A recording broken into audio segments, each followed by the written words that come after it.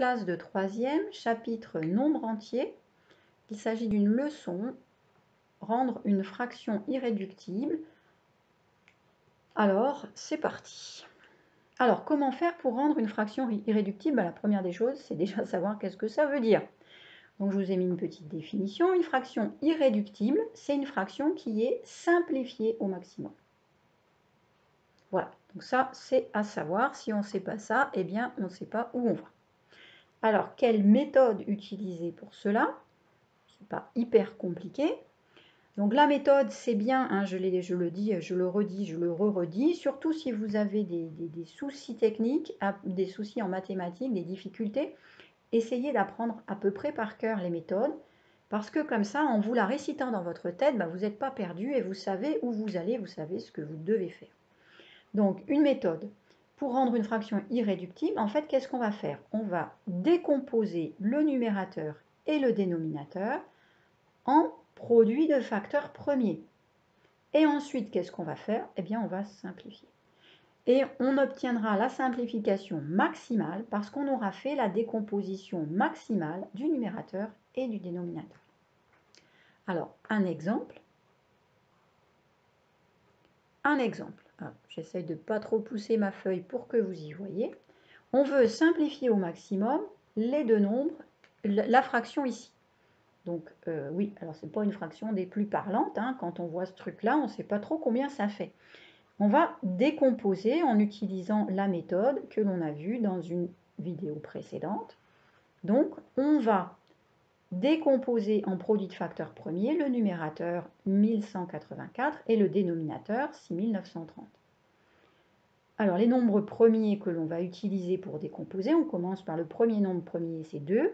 Comme ce nombre est pair, on sait que ça va être divisible par 2. Alors on prend ensuite sa calculatrice, hein, parce qu'il n'y a aucune raison de s'en passer, sauf si on est très rapide en calcul mental. Sinon, on ne se casse pas la tête et voilà, on divise par 2 et ça fait 1092. 1092 à nouveau est pair, on va diviser par 2 et ça fait 546. Vous voyez là par exemple, il n'y a pas besoin de la calculatrice. 546 à nouveau est pair, donc on peut à nouveau tester le nombre premier 2. 546 divisé par 2, ça fait 273. 273 n'est plus pair.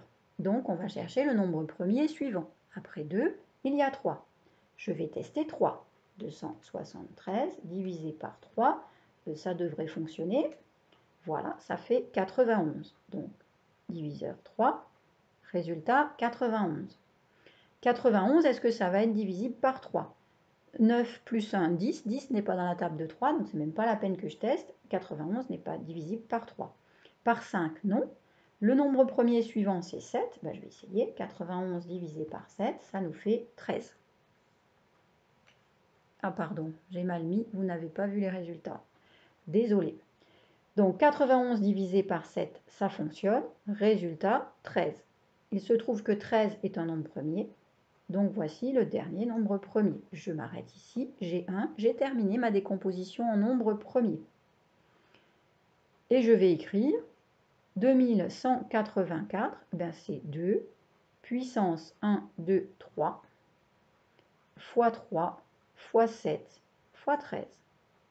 Je vais faire la même chose pour 6930. 6930, c'est un nombre pair, donc premier nombre premier à tester, le 2, ça va marcher super bien. Alors, je recommence. Là, on voit encore moins. Je vais mettre ici. Ah, ici, on voit tout.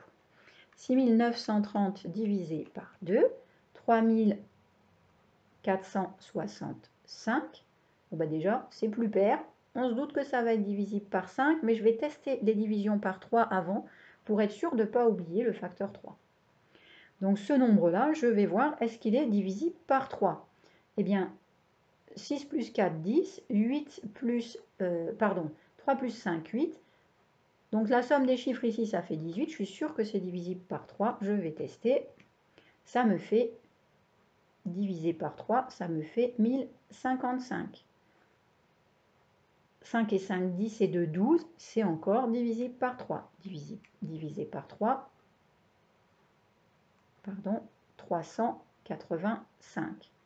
Est-ce que 385 est encore dans la table de 3? Eh bien, je teste. 3 et 8, 11. 11 et 5, 16. Ah, 16 n'est pas dans la table de 3, mais comme depuis tout à l'heure, j'ai très envie de prendre le nombre premier 5, je vais enfin pouvoir le prendre, puisque c'est le nombre premier suivant.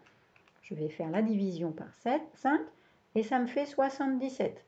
77 n'est plus dans la table de 5, mais très visiblement dans la table de 7, et comme c'est le prochain nombre premier, ça tombe bien.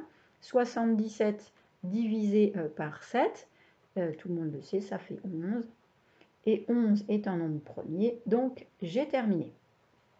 Ce qui nous fait, pour la décomposition de 6930, 2 fois 3 puissance 2 fois 5 fois 7 fois 11. Alors moi, mon objectif ici, c'était de rendre cette fraction irréductible, de la simplifier au maximum. Donc maintenant, je vais écrire ma fraction. 2184 sur 6930. Et je vais écrire la décomposition en nombre premier. Mais je vais l'écrire sans utiliser les puissances pour pouvoir faire les simplifications facilement. Donc 2 puissance 3, voilà, fois 3, fois 7, fois 13, sur cette décomposition ici, 2 fois 3, puisque c'est 3 au carré, fois 5, fois 7, fois 11. Voilà. Donc au passage, on se rend compte que ce que j'ai écrit ici et là, ce n'était pas la peine de les mettre à cet endroit-là, puisque j'étais obligée de les réécrire juste la ligne d'après. Donc on n'avait pas le temps de perdre de l'information entre les deux. Et là, qu'est-ce que je peux faire? Eh bien simplement, je vais pouvoir simplifier. 1, 2 en haut, 1, 2 en bas, on simplifie, puisque je rappelle, en haut ça veut dire je multiplie par 2, en bas ça veut dire je divise par 2, je multiplie par 2 puis je divise par 2, c'est comme si je faisais rien. Ici c'est pareil. Par contre, il n'y a plus d'autres nombres 3 en haut, donc je ne peux pas simplifier par 3. Et puis j'ai 7. Qu'est-ce qui va me rester? Eh bien, il va me rester 2 fois 2, 4, 4 fois 3, 52. Sur 3 fois 11, eh bien 33. Hop, hop, hop. 3 fois 5 fois 11, donc 15 fois 11.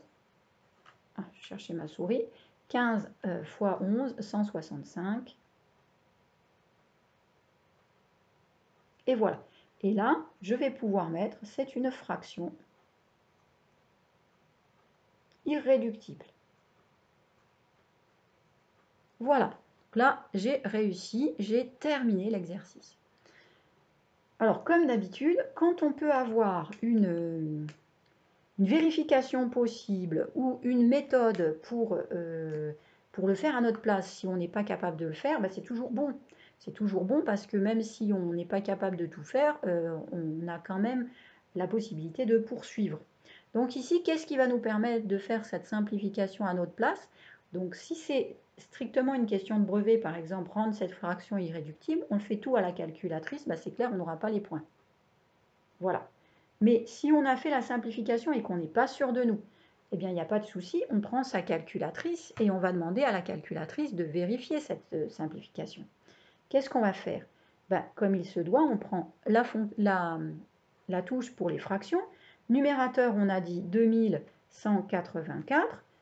On descend dénominateur 6930 et on exécute et la fraction simplifiée apparaît directement.